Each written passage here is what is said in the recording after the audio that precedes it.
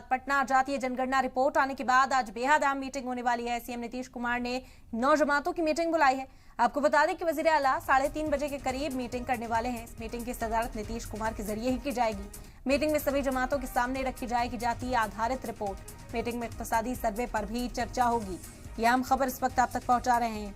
कल जिस तरह से रिपोर्ट सामने आई उसको लेकर सियासत तो तेजी है, लेकिन अब इस रिपोर्ट के बाद क्या करना है और किस तरह से मुस्तकबिल में फैसले लेने हैं, इस रिपोर्ट की बुनियाद पर अब क्या तब्दीलियां जो हैं वो लाई जाएंगी, इन तमाम चीज़ों पर गौर ख़ास किया जाएगा। इन मुद्दों पर चर्चा इस मीटिंग के दौरान की जाएगी।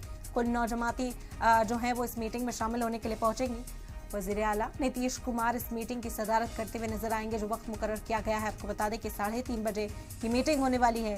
मीटिंग में सभी जमातों के सामने अब जाति आधारित रिपोर्ट रखी जाएगी और फिर सभी से मशवरे भी यहाँ पर मांगे जाएंगे कि आखिर किस तरह से अब जो तरक्की के दावे किए जाते थे कि रिपोर्ट सामने आएगी, उसके बाद बेहतर तब्दीलियाँ की जाएंगी, तरक्की के जो मौके हैं वो फराहम किए जाएंगे, आखिर वो किस तरह से हो पाएगा, इन तमाम चीज़ों पर गौर ख़ास और चर्चा होती हुई इस मीटिंग में नजर आएगी।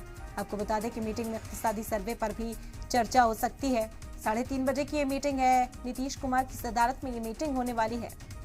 यह हम जानकारी इस वक्त आप तक पहुंचा रहे हैं। आपको बता दें कि जो रिपोर्ट कल सामने आई उसके बाद आज नीतीश कुमार ने मीटिंग बुलाई है।